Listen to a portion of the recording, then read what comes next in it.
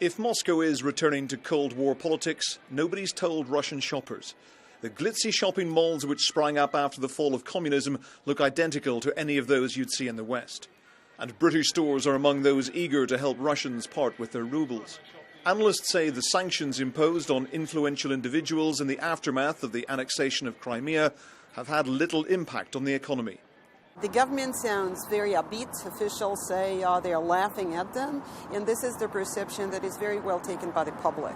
And indeed, sanctions so far are mostly of symbolic or political nature, not economic.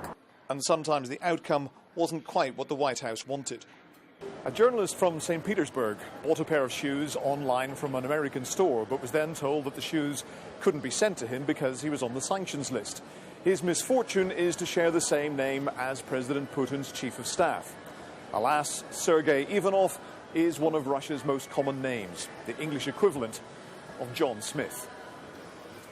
Dmitry Kiselov was another singled out for punishment by President Obama. He's Vladimir Putin's chief propagandist and was allowed to pose his own question during this week's televised Q&A session with the public. I feel that our country is being held in a ring of steel. It's as though someone had their hands around my throat and was trying to cut off my air supply. But many ordinary Russians have also been hit by the knock-on effects of sanctions, because their banks have been targeted. This is one of several which are seen as having close links with those in power. Like most banks, they issue Visa and MasterCard to their customers. But when the US government ordered the American-based companies not to deal with banned banks, their customers were suddenly unable to use their cards to withdraw cash or to buy goods. I was shocked, to be honest. I did not expect it from our colleagues, our partners, that they can behave in such an unfriendly way towards our banks.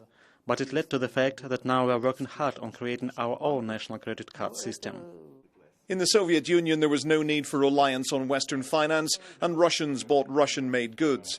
Tougher sanctions could make the country less dependent on the West and maybe even more patriotic. Mr. Putin can go shopping elsewhere. There is a competitive world and competitive market, and if Russia will not buy, German trains, he cannot switch to Chinese trains, which are very good.